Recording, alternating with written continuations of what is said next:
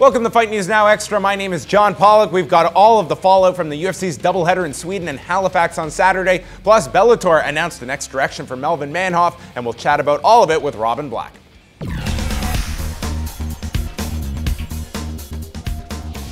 The UFC made their debut in Halifax on Saturday night at a sold-out Scotiabank Centre, headlined by Rory MacDonald stopping Tarek Saffiedine in the third round, notching his third victory of 2014. After the fight, MacDonald was clear in his message that he is ready to fight for the title next, and that is the fight he wants after Johnny Hendricks and Robbie Lawler meet on December the 6th. Over in Sweden, it was a surprise to many as Rick Story not only had his arm raised against Gunnar Nelson, but did it in dominant fashion. Story's striking was constant volume with combinations that would keep Nelson away, with Story increasing his output round after round with a heavy reliance on leg kicks early to slow down Nelson. The judges scored the bout 50-44 and 49-46 for Story, with one judge scoring at 48-47 for Nelson, which just wasn't possible. And Bellator announced at their card on Friday night that middleweight Melvin Manhoff, fresh off his stoppage win over Doug Marshall recently, will return to the cage on November the 15th opposite Glory middleweight Joe Schilling in an example of Bellator and Glory working together. The fight will be part of the season finale card, which features Tito Ortiz and Stephan Bonner, as well as Will Brooks and Michael Chandler fighting for the lightweight title. Joined by Robin Black to dissect the action over the weekend, and there was no shortage of it. 2 UFC cards, we got Battlegrounds MMA, we had a Bellator show, tons of stuff that went down over the past number of days. Let's start off with the UFC's debut in Halifax, Nova Scotia on Saturday night. Rory MacDonald getting a strong victory over Tarek Saffiedine. I think most people coming out of this fight will agree with Rory MacDonald and his words after the fight that he wants that next title fight against the winner of Hendricks and Lawler. He won't commit to who's going to win that particular fight, but there's no argument for me. I think he is ready for that title fight, and an interesting way with whoever wins that fight. Yeah, if not him, who? You know, or whom? I don't know which one it is, but if not him, someone will correct you. Yeah, online. please do. But if it's not him, who are you gonna get? The guy has beaten all the top guys. That Lawler fight was pretty close. He was in that fight. He looked good against Lawler, but Lawler beat him soundly. If Lawler wins, and right now, if you ask me to pick, I'm picking Lawler over Hendricks for a number of reasons. But one, a guy's bicep was disengaged from his arm for a long time. And while he was healing that thing, Lawler was improving, and he looked better and better. So I see Lawler winning that. If he does Hendricks have to get another shot, or do you give it to the crazy Canadian kid? But, I mean, he looked good. Yeah, I think that right now, whether it's Hendricks and you have Rory MacDonald going to bring the title back to TriStar or the rematch with Robbie Lawler, I think it makes a whole lot of sense. And I think Rory MacDonald, we're seeing him much more comfortable now in this role where he has that spotlight placed upon him. Second from the top, we had Rafael Assuncao defeating Brian Caraway. He, on the other hand, 7 straight victories. I can't see a title shot coming next for Assuncao at this point, and it was funny talking with him after, the fact that afterwards when he was in the cage with John Anik, bringing up his consecutive win streak, because his mom was telling him, listen, you have to be more vocal about wanting a title fight. So yep. Mama said, knock you out. Mama Assuncao hit it right.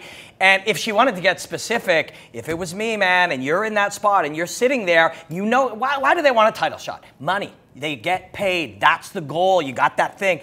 You want this one at 135, you got to call out Renan Barão. That's the fight. You go out. Renan Barão's right there at the top. He's the next guy underneath the Cruz fight. He's the guy that matters. You've got to call that dude out. The first guy with a bunch of wins who calls out Renan Barão will get that fight, and the winner of that one will be next. And maybe both fights are on the same card. Perfect symmetry, winner's fight.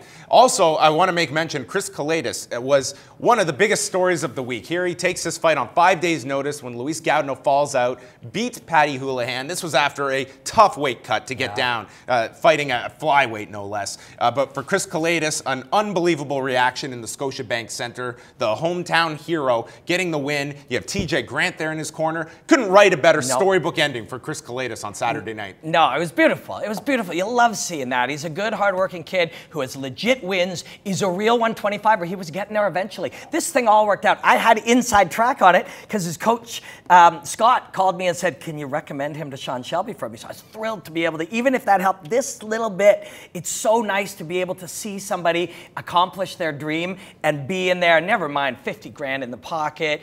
Everybody, he's the king of Halifax now. It's all good for Chris Kalidas. Going over to Sweden, we saw Rick Story, a tremendous performance, one of the best of his career, against Gunnar Nelson, who many people had favored in this particular fight. But with Rick Story, clearly the move to Arizona and working with the lab, with John Crouch agreeing with him tremendously. And we got to see in this fight a mixture of leg strikes and just volume punching against Gunnar Nelson. And over the course of 5 rounds, I think we saw the best of Rick Story. Yeah, we talked about it on 5 rounds today, and he just looked so good, and it was coaching. He seems very coachable now. You take the raw material of a genetic badass like that, and then you teach him some more subtleties as he gets better and better over the years. He kind of looks like an old school boxer a little bit. If he had a mustache like that, his striking style would kind of look that way, which sort of works. He's willing to take shots. He's got all kinds of power, but adding those leg kicks, slowing down the karate guy with the leg kicks, and then punching, drilling that man in the body. And he's a smaller guy. It was the right antidote for Gunnar Nelson, who is a wonderful martial artist.